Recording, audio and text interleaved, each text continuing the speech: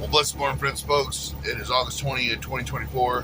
Back on the job after a good rest yesterday. Decided to take the day off after celebrating Caesar and my niece Haley Braveheart's wedding. They graduated Marine Corps and they came home to get married. And what an adventure they're going to have. Well, you know, when you're married, you're two, but when you get married, that's God's union, and two flesh becomes one. You leave thy mother and thy father's house. And they have done this, and they're already successful. They're barely 21, man, barely. That is superb what they have done in being 21.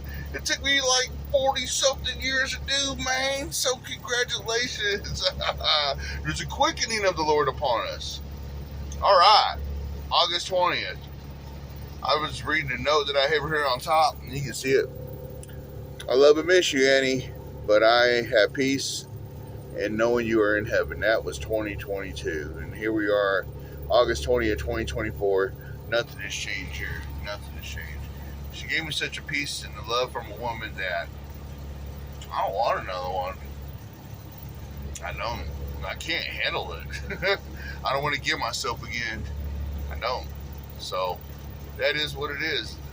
I asked the Lord to close that door. He's not going to open what he closes. He's not going to close what he opens. It's just that simple. Now, I wonder why I wrote that. I am a God who heals. I heal broken bones, broken minds, broken hearts, broken lives, and broken relationships. My very presence has immense healing power. You cannot live close to me without experiencing some degree of healing.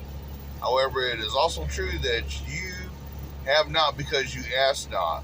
You receive the healing that flows naturally from my presence, whether you seek it or not. But there is much more available to those who ask. The first step in receiving healing is to live ever so close to me. The benefits of this practice are too numerous to list. As you grow more and more intimate with me, I reveal my will to you more directly. When the time is right, I prompt you to ask for healing of some brokenness in you or in another person. It's amazing that we can stand an intercession for someone else. And they can be healed through us being the shadow, so to speak. For God will heal them. When the time is right, I prompt you to ask for healing of some brokenness in you or in another person. The healing may be instantaneous or it may be a process. Just because it doesn't happen within a second to a minute doesn't mean that your faith wavers. Or then the Lord will ask you, where is that faith? But if you keep on keeping on, he'll be like, great is your peace. You are forgiven. Go in peace. Things like that. That is up to me. Your part is to trust me fully and to thank me for the restoration that has begun. I rarely heal all the brokenness in a person's life. Even my servant Paul was told, my grace is sufficient for you. When he sought healing for the thorn in his side, the thorn in his flesh, nonetheless, much healing is available to those whose lives are intimately interwoven with mine. Ask, and you will receive. And it's got some scriptures in here.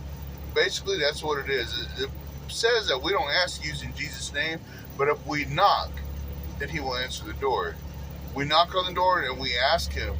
You know, it's like going to your neighbor, another illustration. If you knock on a door and ask for some bread, it's not going to give you a stone. I think, what else does it say? If you go and knock on the door and ask for some fish, surely you would not give your neighbor a scorpion, right? You know it can't feed. You only want to give your neighbor something that is good. Well, who is my neighbor? You might think fleshly, the one next door to you. No, your neighbor is everyone in the world. And if they need help, we need to give it to them. And even our enemies will be at peace with us. That's how awesome he is when we ask him. And I had to ask him, you know, my phone got took out from the YMCA Saturday. It was unbelievable. This woman cussed at me on my own phone. Oh, it infuriated me. But I asked the Lord, I was like, Lord, if it's in your will, please let me have my phone back. And if it's not in your will, then I think that I have the finances to go on ahead and get another one from Assist Wireless. This phone ain't that expensive. And then I got it by a good Samaritan, found it at the library. And the cover was off. He put the cover back on. He looked it up. So he couldn't believe that it worked. And then he called me up through my daughter Mariah. She tracked it down like a tech detective. She's awesome, man. Somehow she did some Google stuff, and she located the phone, and this guy came forward, and he goes, meet me over here at Villanova, which is currently Columbia Square. And then I went over there, and I didn't have a lot of money. I had like 5 and a bunch of ones. The dude got like 16 or 17 bucks. He was thankful. I was super thankful. And that's how God works. Knock, and he will answer. Be blessed. Here on our journey. Time to get to work, you scurvy dog.